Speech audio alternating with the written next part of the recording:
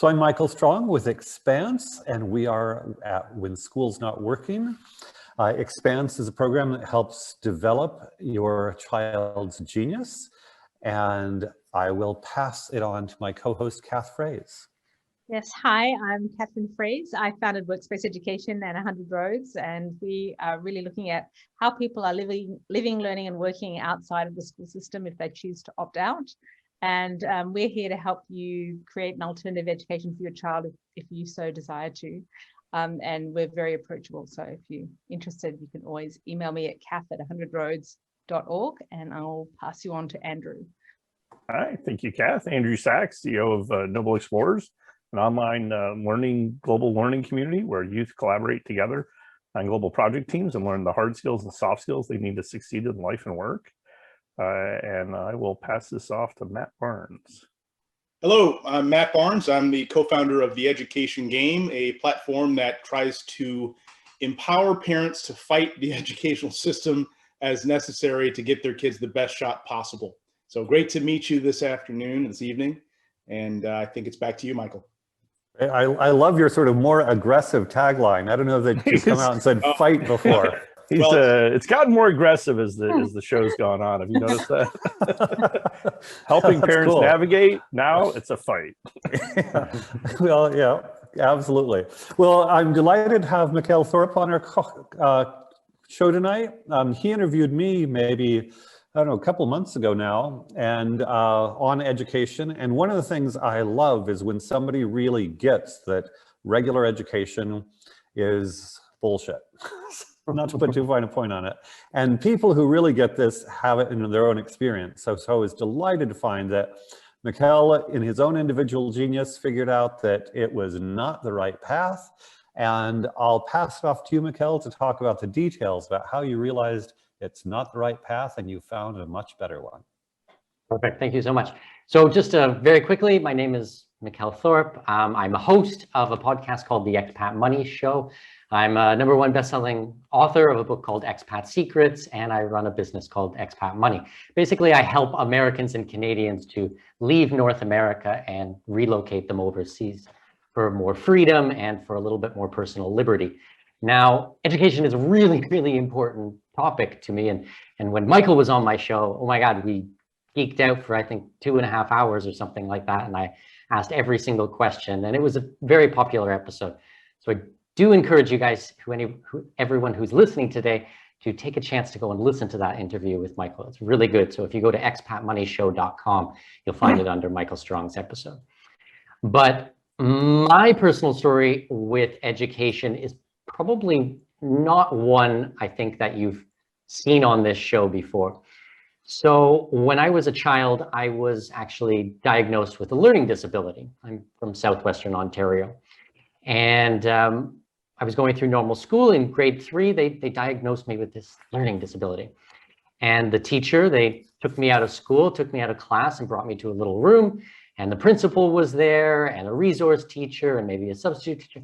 And they kind of talked to me, and it was like 3-4 adults, and sat me down and they said, Mikkel, something doesn't work quite right in your brain. And what we want to do is we want to send you to a special school for special boys.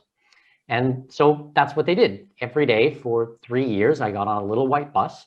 I took a little white bus across town and I went to this quote unquote special school. Now, the problem, Michael, was it really wasn't a special school. It was actually a regular school with a special class. So we only had, I think, 12 students, including myself. So you can kind of imagine what happened. You know, I got in a lot of fights. I got picked on. I got bullied. It was a pretty horrendous experience. Now, I don't want to come out here and say I'm some type of victim. I'm certainly no victim, and I gave as good as I got. There's no question about that. But it was pretty horrible for me. So after 3 years of going through this public education in Canada, I had an opportunity to go back to my neighborhood school. And I thought, wow, this is going to be so amazing. I mean, my friends, they're going to have missed me. Everyone's going to be wondering what happened to me. They're going to be so excited to see me. This is just going to be unbelievable. So once again, I'm sure you can imagine what happened. I went back to my neighborhood school and I showed up in class, and all the other kids kind of looked at me funny and started whispering, and oh, I remember him. He went to some retard school. 1980s, totally politically correct. You know how sensitive kids are, you know, very, very, very sensitive. So I really didn't like my experience. So I basically stopped going. And when I stopped going, I started failing. So then they'd send me to summer school, and then I'd fail summer school, and somehow I'd squeak through and made it into high school. Well, stopped going to high school, and basically at 12 years old, I stopped going to school, and I dropped out officially when I was 15. Now, when I say I dropped out, I don't mean that I moved on to an alternative form of schooling, or I went and did homeschooling or anything like this. No, I fully dropped out. I had a job and I worked for a living, and I've worked for a living ever since. And a couple years after I had officially left school, I had an opportunity to start traveling. And I traveled internationally as a teenager. And it was so wild, you know. I had heard from my father growing up that travel was the greatest thing he ever did with his life. And I was like, wow, this is amazing. Like, I mean, my only question though is, if it's the greatest thing you ever did with your life, like, why did you not dedicate more of your life to it? Why did you only do a couple of trips when you were 22 or 25 or something like this? Why didn't you spend more time? Anyways, I started traveling internationally. I went through Europe and Ireland, England, and Wales for my first trip. And I thought, like, these are my people. These people who I'm meeting, this really speaks to me, and they're learning and they're doing things in completely different fashions than we ever did in Canada, where I grew up.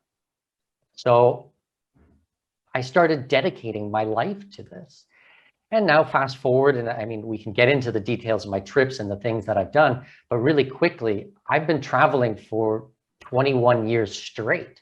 I've gone to more than 100 countries. I've lived in Brazil, where I am today is actually my 9th country. We're getting our residency here. I've lived in the Middle East for 8 years. I lived in Singapore, in Australia, and New Zealand. I lived in the Arctic. I was 366 days in the Arctic.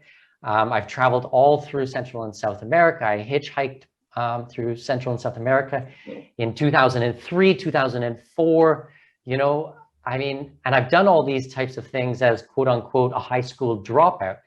And now I'm an entrepreneur. I would like to think pretty successful and run a very good business, honestly and ethically, something that speaks to my values. And once again, you know, we can get into any of these details. We can look at how I educate my daughter, because I would never put her in public education, knowing so much that I do about state-run schools, and, you know, lots of different alternatives. So that's kind of 20, 30 years in a nutshell, but I mean, happy to go in any direction you like. So many juicy tidbits there. A lot of fun. But I'll let Matt go first.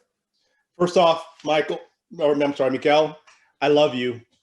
I love you. I love you. I'm going to tell my wife I'm moving to Brazil. All right. So you're next door living neighbors. Excellent. Yeah, you're living my life. I want you to know that. And I'm angry about that, even though I love you. You're living my life. I think you need to come and listen to my podcast. I mean, we've done 120, 130 episodes.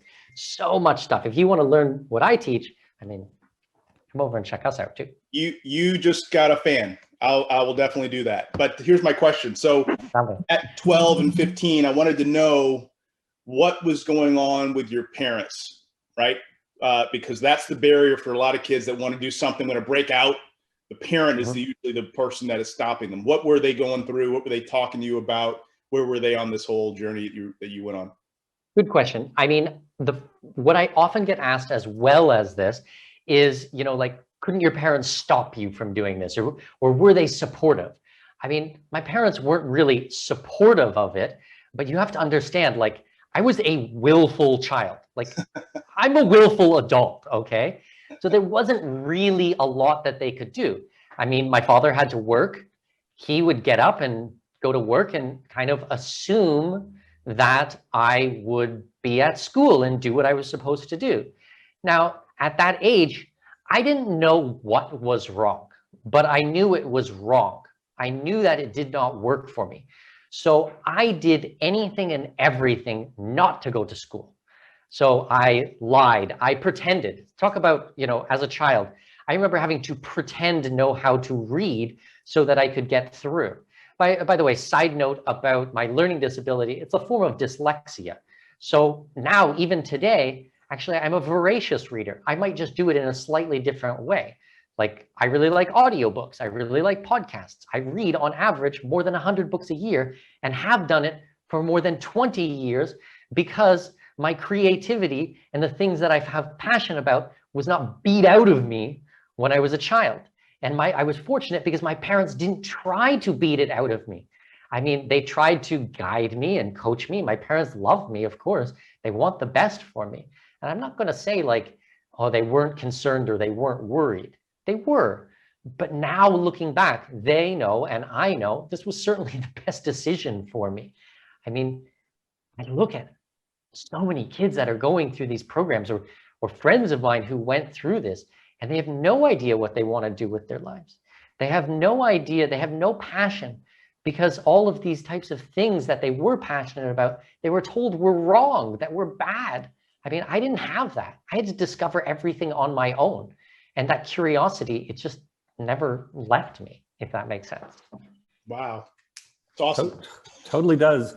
One of the things I want to dig into is I'm fascinated with your trajectory to liftoff, to kind of mix metaphors a little bit. So, you're basically dropping out of school, you're working. I'd love to know what kind of jobs you had, what was going on in your mind. Did you feel successful? Did you feel happy? Did you feel like a failure? And then how this kind of maybe confusing period then led to your first trip, and then that trip led to this incredible subsequent 21 years. So go a little bit more slowly through that transition period. Sure. So I remember my first job, I was 12 years old and I was picking the weeds out of bean fields. Talk about a crummy job, ragweed by hand. Of course, I'm allergic to ragweed, so I remember getting all the hives on my arms.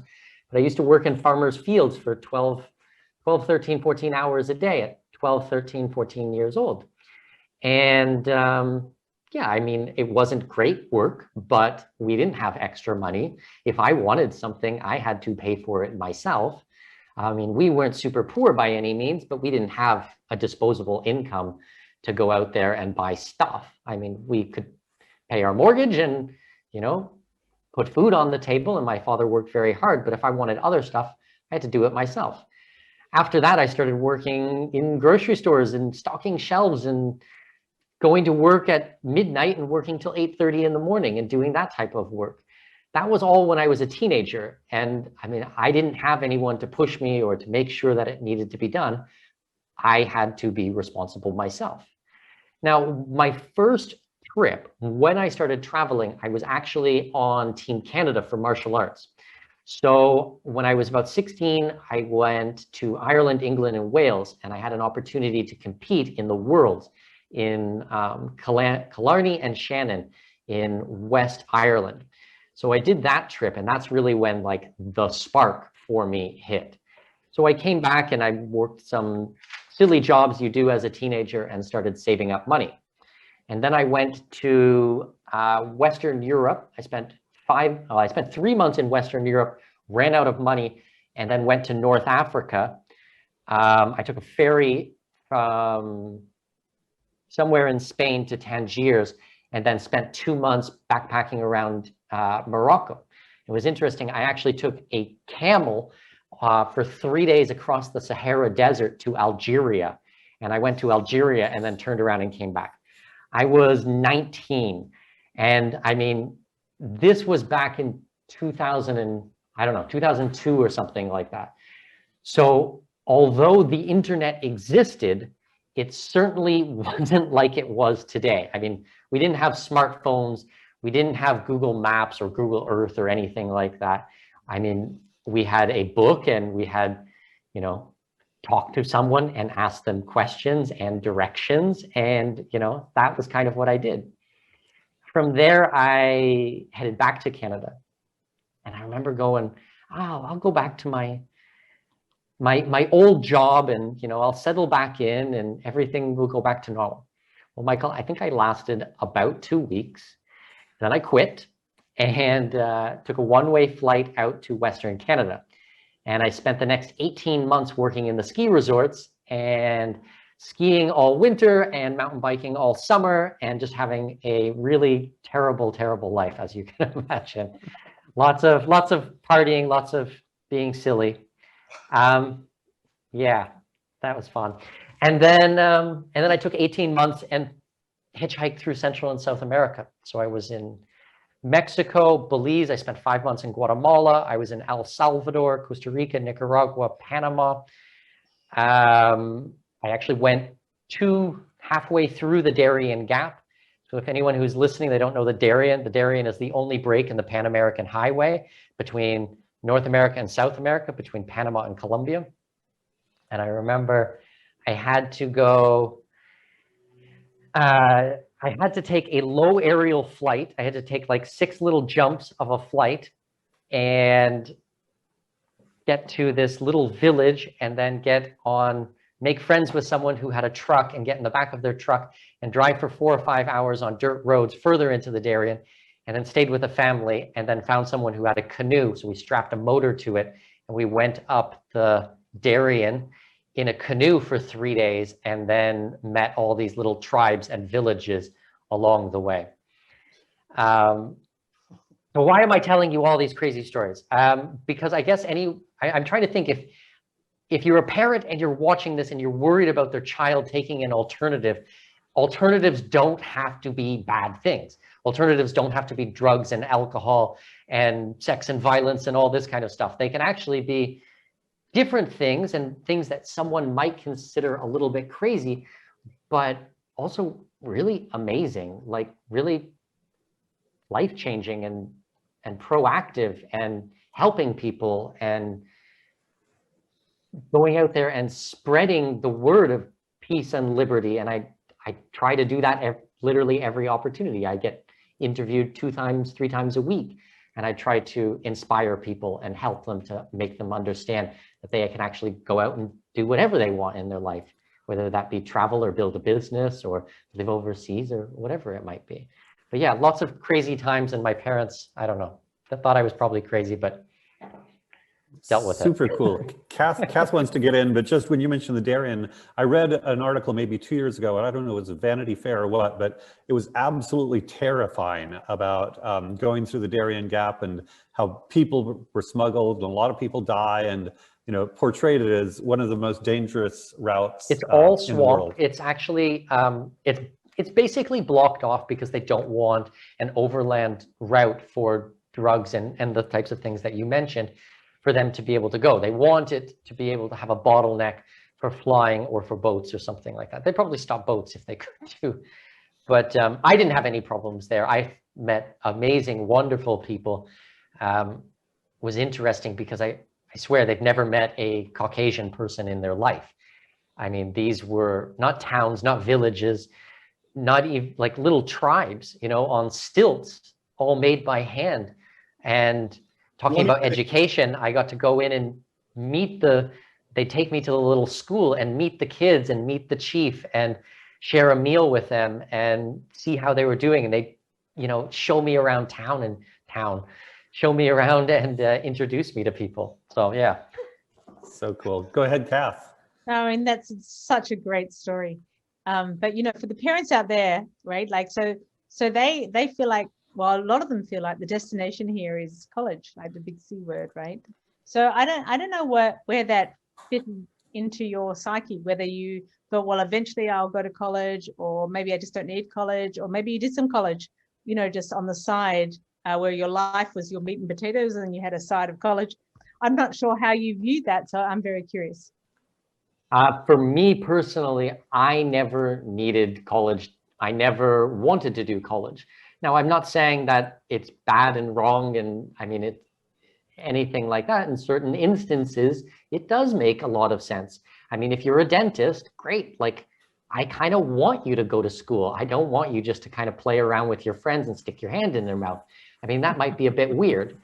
But if you want to be an entrepreneur, if you want to build a business, I would argue that college is kind of a terrible place for you.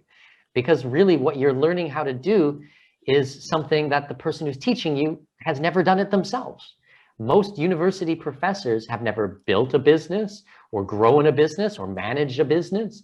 I mean, they know it intellectually, which is great. I mean, if we want to talk about business, that's one thing. If you want to feed your family, well, that's a different thing.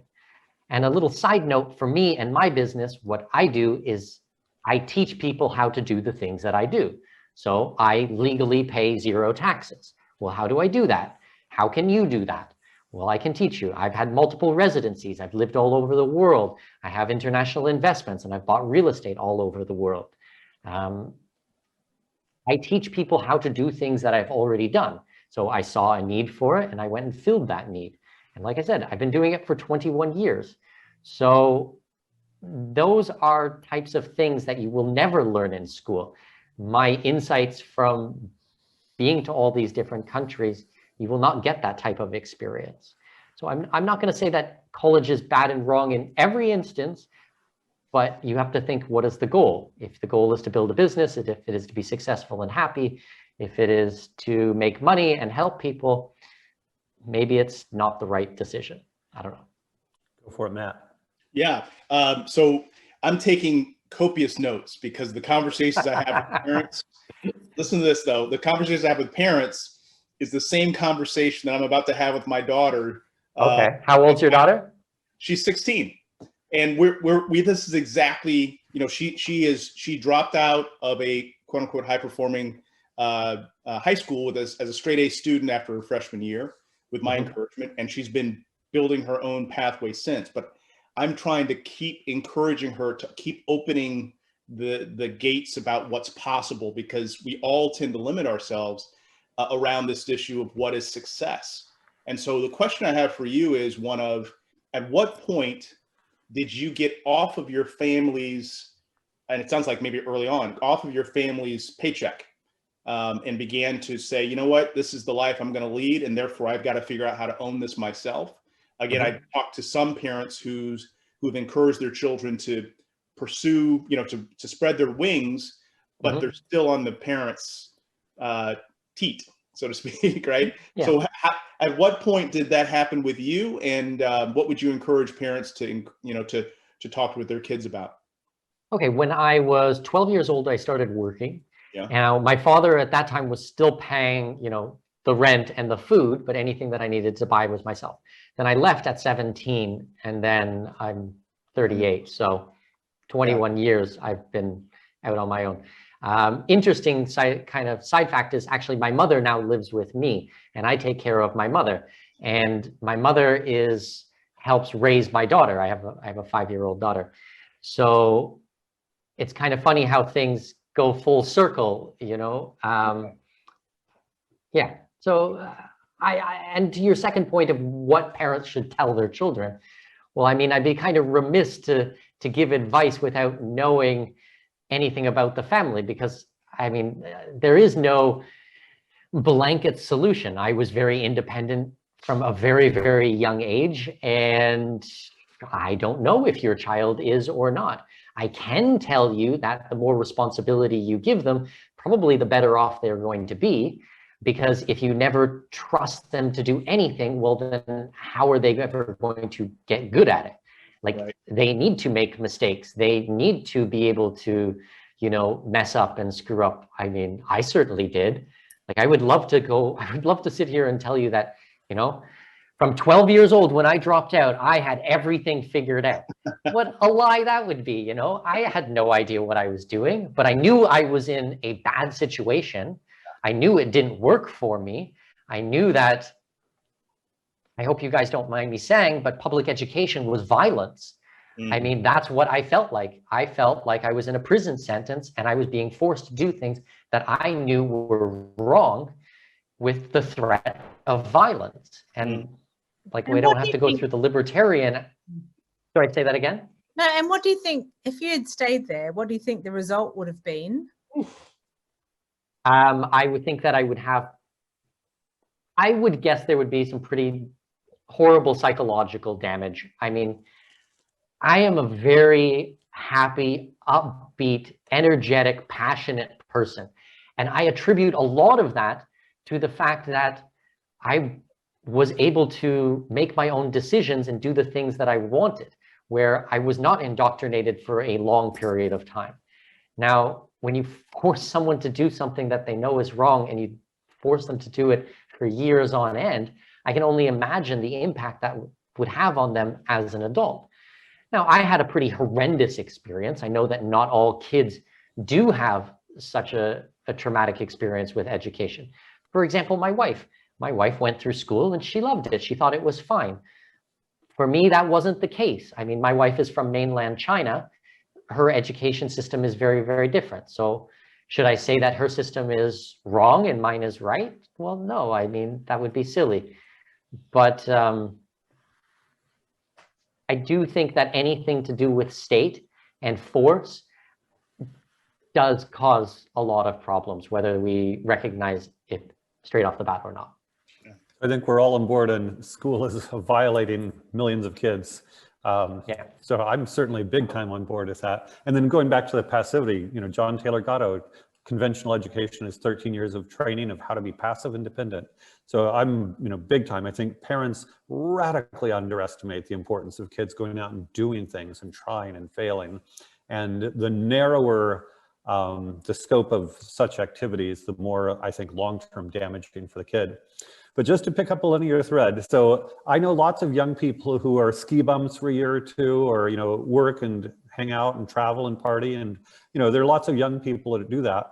Very few of them go on to create their own company, living the life of their dreams. So now I'm interested in the transition from, yeah, you know, fun ski bum, going on cool trips, totally cool, to at some point you actually earning revenue so you can keep doing this forever and ever without having to go back to the job thing.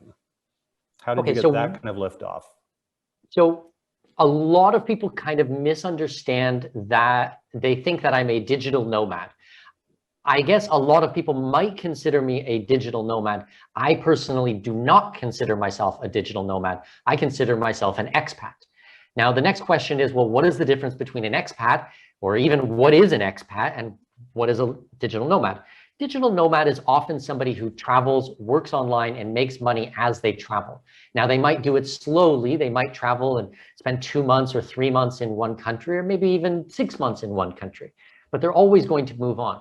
An expat is someone who leaves a country and goes to another country and gets a residency, and who lives there and incorporates themselves into the society. That's kind of what I've done. Now, a secondary question is, well, how is that not different than an immigrant? Well, usually an immigrant is someone who moves to another country and they're going to spend the rest of their life there. They're going to be there forever. An expat might do it for a year or 5 years or 20 years, but they always know that they're going to either return to their country of birth or go to another country. So in my example, I had an opportunity to live in New Zealand. I was in New Zealand for 1 year. I had a residency to live there. I had a legal right to work in that country. Same with Australia. I lived in Australia for 3 years. I had the legal right to work there. I had Australian friends. I had a house there. I had a job. I mean, I worked there. And then I traveled out from that place. I've always done what I affectionately call the hub and spoke model. So I become an expat in one place and I use that as my base to travel out. So let's take Australia for an example. In the 3 years, I traveled all over Australia. I went to the Red Centre, I went up the coast, I went to Tasmania, but I also went to the South Pacific. So I went to Tonga and I went to Vanuatu and I went to Fiji. Actually went to Fiji, I think like 5 times. I would go for a long weekend. I'd go scuba diving for a week and then I'd come back. You know, I went to Southeast Asia, I went to Hawaii, I traveled all these amazing places. So what this allows me to do is to take shorter, quicker flights to places for shorter amounts of time. From Melbourne, where I live, to go to Fiji was like a 6-hour, 7-hour flight. Now, if I was going to do that from Toronto, I mean, it would take me 2 days to get there. It would just be completely unreasonable. And it'd certainly be unreasonable to do it for 2 days or 3 days. Even a week or two would probably be, you'd be so jet lagged. And that's what I've done over and over again. I lived in Singapore, traveled all through Southeast Asia when I used Singapore as a base. I lived in Abu Dhabi. I lived there for 8 years. I went to Oman and Bahrain, and I went all through Europe because it was a 4, 5, 6 hour flight to Europe. I went to Turkey multiple times.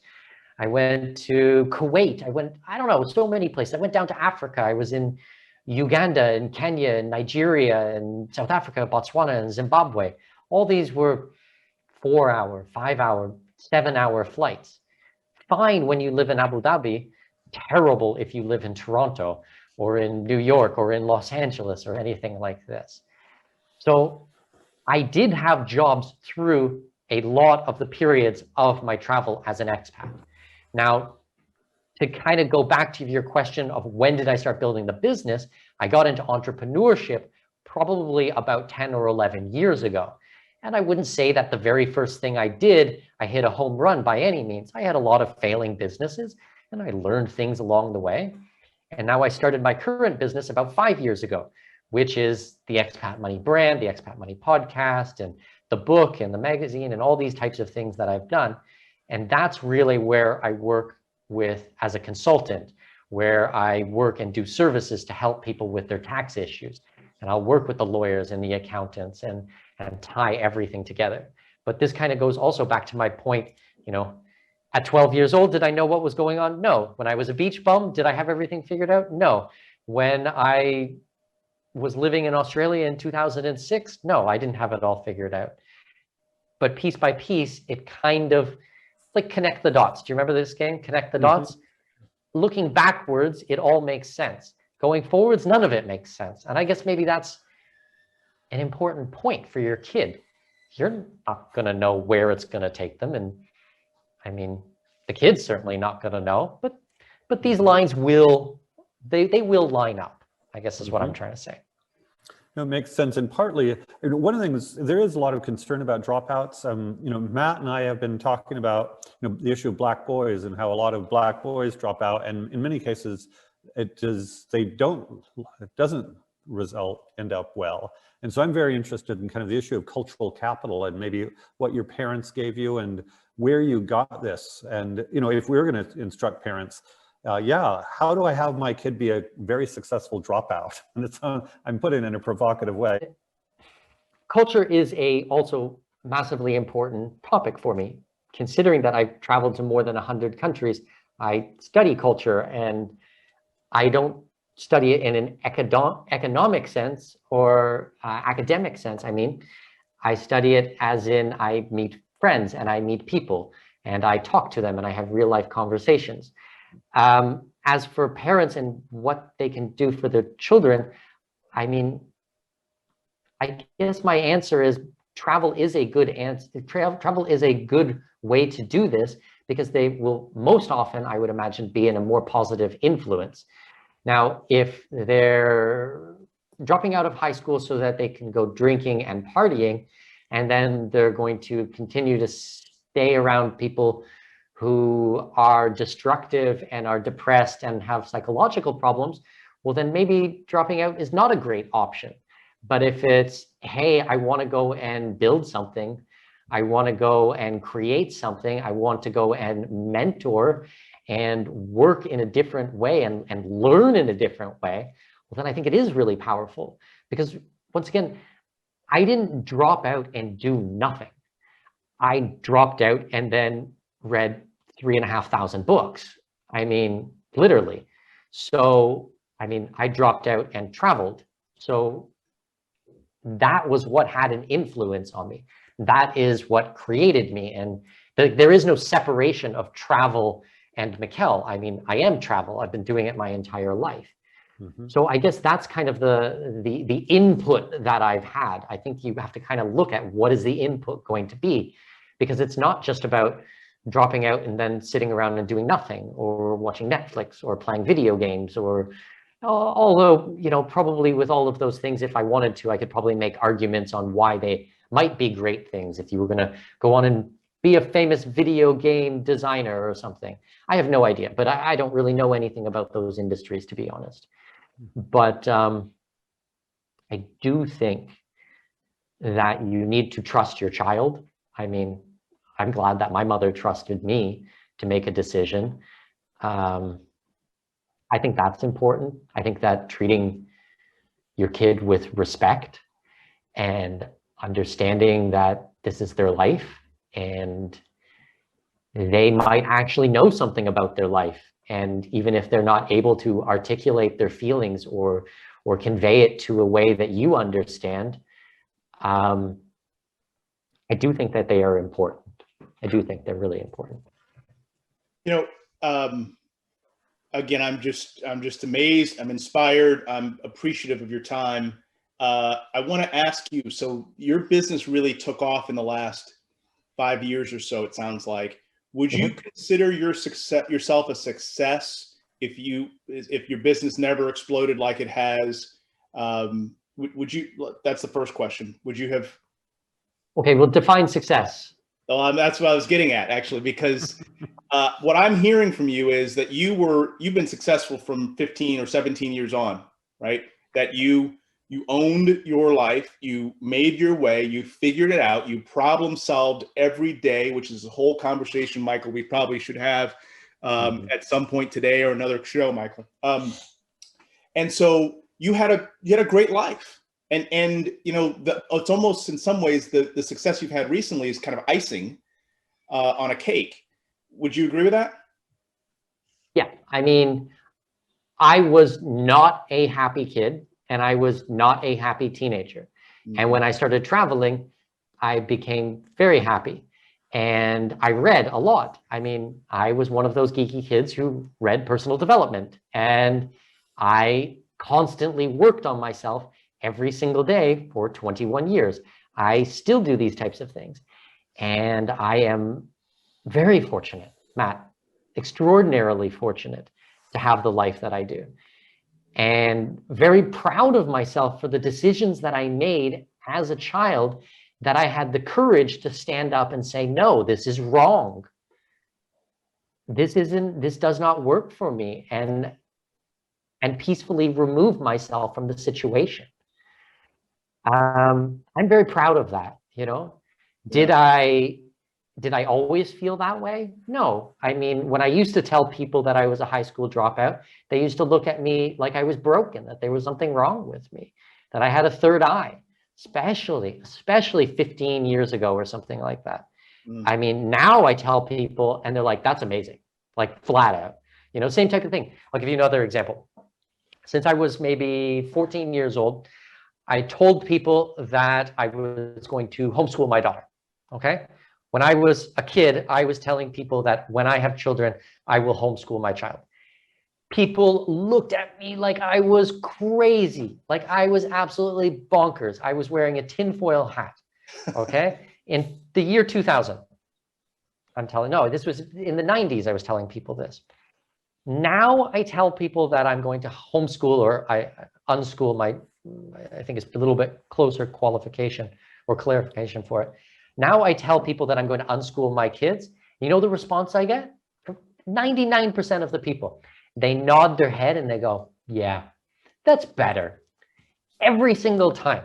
I mean, wow, what a paradigm shift that we've seen in just a short period of time on people's opinions about education. That's wild. For me, that's so wild. I don't know. That's fantastic. It tells we are going to win. We are going to win. Just to put something out there, I've been thinking about this since you used the language of violation. At one point, I was going to write a book about somebody, about education with somebody else. And we were comparing the lack of consent in education to the lack of consent in sex. And so in essence, non-consensual education is essentially like rape. You know, didn't quite get that out there, but your passion and your clarity on this issue, I think for a lot of kids, it's a deep, deep violation. And the longer it goes on, the more damaging it is. I would agree with that 100%. If I could just follow up on the point about success, I sense in talking with parents and kids and really culture, there's kind of one or two definitions of success, and they all have to do with status and power. And so if you lose status by dropping out, that's a failure, quote unquote. But I really appreciate your hard-headedness to say, you know what, I'm not going to follow that path. And that's something that, you know, on this show, we're really trying to help people, kids, adults, understand that that pathway, not only is it dead, it's been dead for a while. But again, that question, if we didn't know your name, if you weren't a household name, you would see yourself as a success. I would see you as a success. I would still love you and want to figure out how we can live a life like that. And for all the folks that are listening, we got to be really careful about whose definition of success are we working under. Is it the social, which says power, prestige, regardless of if you're happy, or if it's something else? And so I really appreciate you following your gut, and your parents allowing that, or at least not impeding you. That's fantastic. Well, I'll give you an example. Sorry, I didn't mean to cut you off. Go ahead, Catherine. Mikkel, no. I just want to say that, it's so apparent that when you came out of school, right, and you had that win, right, because that must have been a big decision in your family, right? That seems to be where you started building your agency in the greater world. Like you had to start earning money, right? You had to form relationships with all the people in your community so that you can get these jobs. You had to get a job in a far off land. And then you went, wow, I got one here. So if I do it here, maybe I can get one in Morocco. Maybe I can get one in Australia. Right? You had all these wins that built your confidence in yourself as a human, that you could do anything. Super important point. Right? Super, super, super important point. And I'm so glad that you brought this up. Okay, I think that you can probably see at half an hour, 40 minutes of a conversation that I'm actually a really confident human being. I believe in what I say. I'm very passionate. I'm very outspoken. I mean, I know what I'm talking about, and I know that what I'm talking about. Well, how does that happen? How do you get like that? How does your kids get like that? Well, I'll give you the secret. I've been through a lot of really hard stuff. I've put myself in really difficult situations. And through that, I've built character. And character is something that is not often talked about enough. Now, once again, did I know how to do all of these things in the beginning? No, absolutely not. I fumbled my way through it. But every time I did, I got a little bit stronger and a little bit stronger, a little bit stronger. And when I say I have traveled for 21 years straight, I don't mean that I went on vacation for 21 years straight. I mean, none of this was a vacation.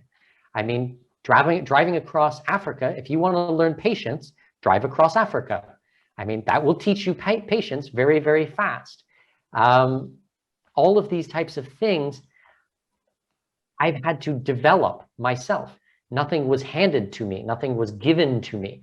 I had no backup. I mean, I've traveled through, let's take a completely different example. I've traveled through Iran by myself. I spent 2 weeks and I drove around Iran. I met someone and we struck up a deal and he was my guide and we drove around Iran. I've been to North Korea and Vietnam and all of these types of places. I mean, I had to do that all by myself. If I got myself into trouble, there was no one there. The Marines were not coming for me. I mean, my parents weren't there. There was no one I could call. I had to figure things out. And I can tell you that a lot of confidence that I have comes from the fact that I know you can drop me on any place, anywhere in the world. And by the end of the day, I will have a roof over my head. I will have a warm meal. I will probably have a beer in my hand. And I've probably got a couple of friends to have a laugh with. I know that because I've done that, not once or twice or 5 times or 10 times, thousands of times, thousands. I know that through and through and through, that I'm self-reliant, that I can take care of myself. Well, that's like really empowering, knowing that you can put yourself into difficult situations and you're not going to break down. You're not going to sit on the curb and cry or call for mommy. I mean, piece by piece, I figured out how to do these things and it made me a better human being, not just a better teenager or a better 20-year-old or something, but I mean, this affected my whole life. I am a better person. I am a better member of my community. I am a better husband because of this. I am a better father. I am a better business owner because of these types of things. Does that make sense? Beautifully articulate, just beautiful, beautiful. Great. Andrew, I want to check in. You've been quiet. Anything before we let Matt take it over again? Yeah. No, can you guys hear me okay? Yeah. Yeah. All right, Michael. You know, I love the bent towards entrepreneurship, and the way that one of the things I think about, I had a motorcycle repair business when I was 13, wrote software in high school for billing, had a computer repair business in college, almost didn't graduate because of it. Do you think that being an entrepreneur teaches people to see the systems around them and not just be a victim of the systems? For me, an entrepreneur, this is what it boils down to. An entrepreneur solves problems. And that is the core of what an entrepreneur is. And that's why I'm not a small business owner. I mean, I'm not a businessman. I'm not, I don't know, any other word that you could try to use to classify this. I'm an entrepreneur. I look at problems and I try to find solutions. I am constantly trying to find things where I can make life better. And now, how do we provide value, so much value that someone's going to want to turn around and give you money for that? They want to do a voluntary exchange between that. So I think that entrepreneurship and entrepreneurs in turn are some of the greatest human beings on planet Earth. I mean, if you can create so much value that they want to do this exchange, I mean, that's amazing. Like that's so wonderful. And I congratulate anyone who can do this, because it's not easy. I mean, it can be very difficult. There's so many things to learn. And I mean, I work a lot, even now today. I mean, I work 13, 14 hours a day, 6 days a week. I'm a business owner. I have to do this. I can't just punch a time card and then walk away afterwards and go home. I mean, I have responsibilities. I have people who are counting on me. So I think that building a business and being an entrepreneur teaches you other valuable skills that, as I just said, make you a better human being. 100%. You know, I think I started working when I was 13. I don't think I stopped until I quit for 3 months between jobs in 2008. So I think I took off 2 weeks in there somewhere. I'm not sure. I wouldn't prescribe that for anyone. I wouldn't say follow my footsteps.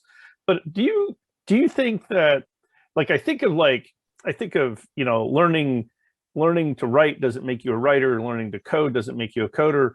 Learning learning how to do a business doesn't make you a business owner in the end, right? But what it does do is it teaches you about that objective measure of your output. That, you know, am I really providing value to the system, and understanding how all these systems interrelate, not just going off of someone's approval, right? I got a grade or someone told me I was doing a good job. It's like entrepreneurship is like the rubber meets the road. If they don't pay you, right, guess what? You're not providing value, right? I mean, that's why it is the most honest form of measurement. Right. I mean, if you're providing value and people want to pay you and you're making a lot of money, well, then you are very valuable. I'm sorry, but people who want this minimum wage and $15 this, and, you know, people deserve to be paid more. Well, I'm so sorry, but actually all you deserve is to provide value. And if you provide enough value, then money will follow that. And if you're not providing enough value, then you don't deserve the money. I'm so sorry, but I don't think that this should be centrally planned. I don't think that anyone else should step in and try to make rules or mitigate this.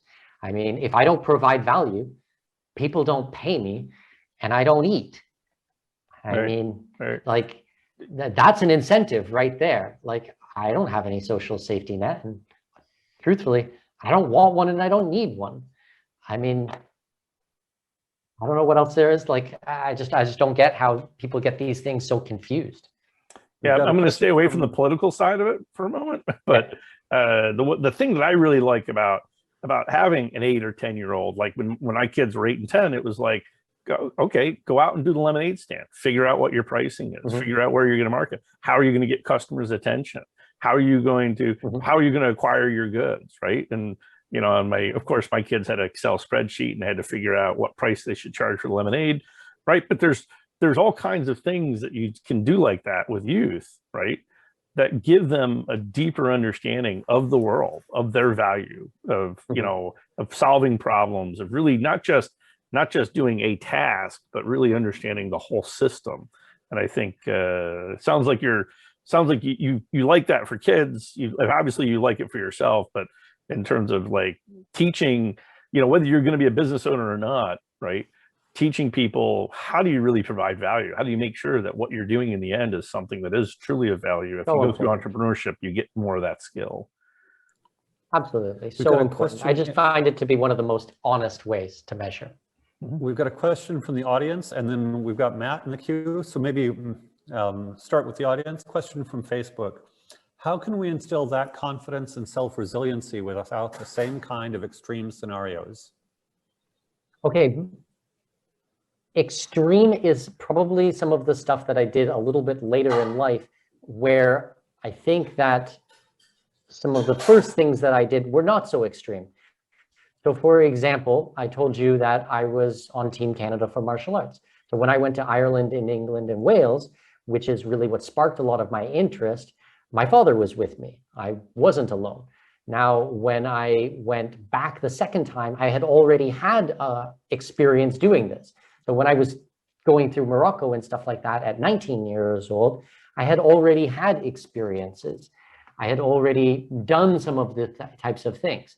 And then like, it was like it's like building blocks. It's like Lego, you know, you have to put the base pieces first and then create from there. You're not going to be able to, like, I wouldn't say, oh, take your 17-year-old and send them to Iran for 2 weeks by themselves. I mean, that would probably be a little bit irresponsible. Piece by piece, I guess. That's a great answer. Iran for 2 weeks is graduate school. Go, Matt. If I could speak to a little bit of that question from Facebook.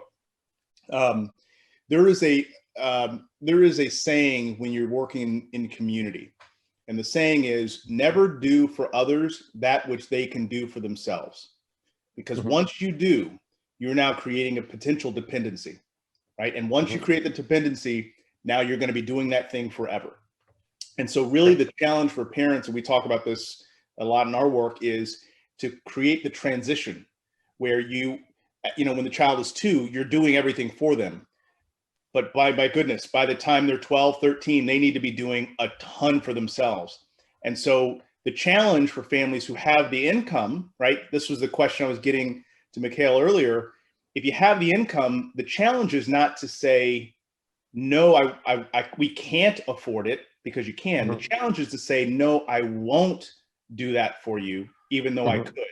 So to Mikkel, you know, if his parents had more resources, the challenge would have been, Mikkel, listen, I love you, and I love that you're excited about this idea of travel, but if you want to do it, we're going to support you emotionally, but we're not going to just write you checks for you to travel. If you want to get after it, go for it, right? Yeah. So that's a building process, and it really starts very early in life, and really by the time the child is in 12, 13 years old, you want them to be owning most of the major decisions in their life. And yeah, so I don't know if you agree with that, Mikkel. No, I do. I mean, in my particular situation, I don't think my parents really gave me any money past the age of 12 or 13 years old, besides making sure I was safe and making sure that I had food on the table and like those type of important things. But I do think that working as a child, I think, is important. I think it builds a lot of skills. I know with my daughter, I can speak to my experience as a father. We are trying to instill in my daughter personal responsibility immediately, like right from day one. I mean, she has to clean up her playroom every single day before she can go to the pool or before she can go and do anything. And like I said, she's not even 5 years old yet. Now, I mean, it's such a small thing, but that is a building block. We have to, I mean, if you've done everything for your child and spoiled them completely, you know, and now they're 17 and it's like, well, what do we do? You know, I mean, you're going to have a really difficult time. I'll give you another example. So I lived in Abu Dhabi. I lived in the UAE for 8 years, as I said. And I had a lot of friends who were Emiratis. And these people are, in most cases, extraordinarily wealthy. So the way it works is Abu Dhabi is one of 7 emirates. The 7 emirates are the United Arab Emirates. Abu Dhabi is the capital. It is the city as well. It is the emirate, which is the state. They have all the oil there, something like $600 billion worth of oil in the ground for a very small population. Now, it is not a democracy. It is not a, it's basically all privately owned. It's owned by the ruling family. It's a kingdom. They share that money with the local, with their citizens. So every single year, every single month, they get checks from the government. And I don't mean like a little baby bonus. I mean checks, like a lot of money, like a crazy amount of money. And then when they get married, they get given, like, I don't even know what it is, a $250,000 interest-free loan that they never have to pay back. And they get given a giant piece of land where they can build their own house. I mean, so much money. Now you might be listening to this and go, wow, they're so lucky. That's so amazing. You know, they can pursue their passions. They can do all this stuff. They don't have to worry about money. Well, I'm here to tell you that a lot of the people are miserable, absolutely miserable, because they haven't had to work for anything. Everything has been given to them. I mean, okay, I like having domestic help. We have domestic help in my house in Panama. We have someone to help us. But I mean, they will have a nanny and a maid and a driver and a landscaper. So I mean, forget about picking up your toys. Forget about helping to cook dinner. Forget about mowing the lawn. There's no grass in the UAE anyways. But I mean, forget about mowing the sand. I mean, none of these types of things existed. Now, the child's perspective or the teenager's perspective going through an environment like this is, well, I don't really need to work hard. I'm going to get money anyways. I mean, why am I going to have to learn how to read and write? I mean, I don't have to work. I get everything for free. The government's going to give me a job. Everything is taken care of for me. And you get these people, half of them, and I'm not trying to be offensive here by any means, and I'll go on record saying I love the UAE. It's one of my favorite places in the world, and I had a wonderful experience there. But you have a real problem with illiteracy. People cannot read and write. They don't know what they're doing. There is massive amounts of alcohol abuse and drug abuse.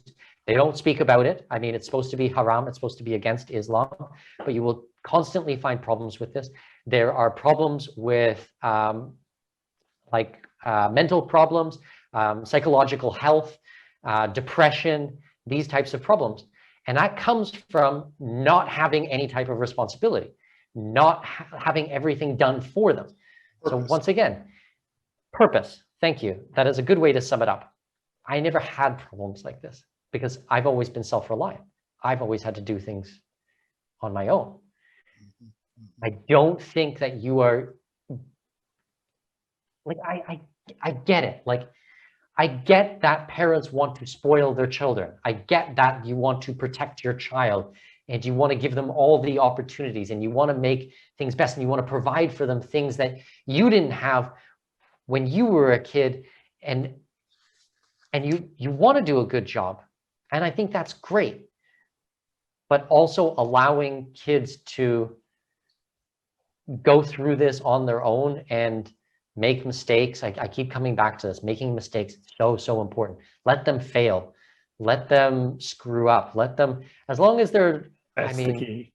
You know, as long as they're not going to end up dead. Like, I'm not saying go let your 5-year-old go play in traffic or something like that. Keep Don't them take out of things out of context. But let them make a lot of mistakes. For sure. Kath, I know we're out of time, but you had a question. Oh, Catherine? no, we are out of time, but I've been so enjoying listening to Mikkel.